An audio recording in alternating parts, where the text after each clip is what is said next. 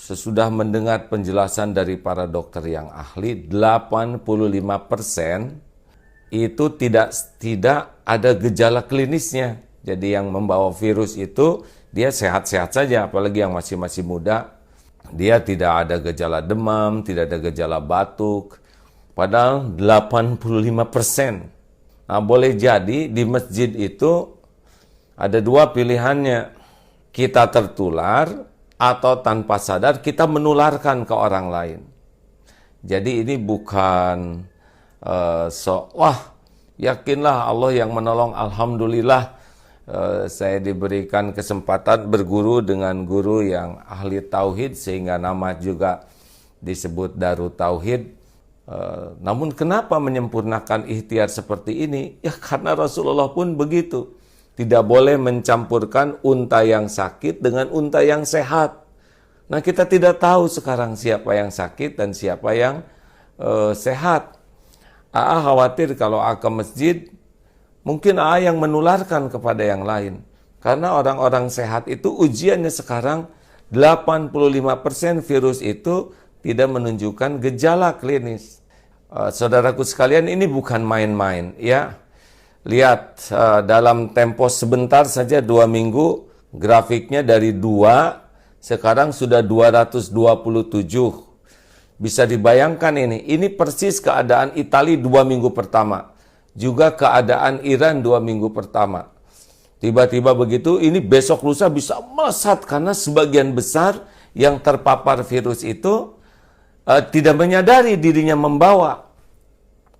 Kita berdesak-desakan terus kena lewat tubuh. Kemarin sudah juga menyimak penjelasan dari dokter yang langsung ini berinteraksi. Beliau mengatakan sekarang kawan-kawan dokter itu dari ahli paru sebagian sudah dirumahkan. Ventilator juga sudah berkurang. Jadi ini belum apa-apa. Nanti rumah sakit kita tuh sudah kekurangan dokter, kekurangan perawat, kekurangan peralatan, padahal ini belum apa-apa. Ini baru memulai ini. Ini belum apa-apa nih hadirin, baru tumbuh, baru 2 minggu. Besok lusa bisa ribuan dan puluhan ribu. Mungkin na'udzubillahi min zalik ya.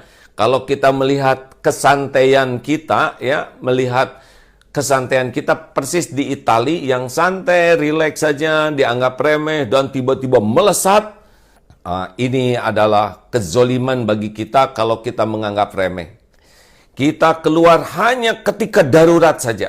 Tahan, keluarga tahan berada di rumah. Anak-anak tahan ada di rumah. Karena keluar kita tidak tahu jarak sekian akan kena. Ini penting. Kawan-kawan harus bisa memahami ini bahaya besar di depan. Kematian sudah ditetapkan oleh Allah Subhanahu wa taala, itu hakul yakin.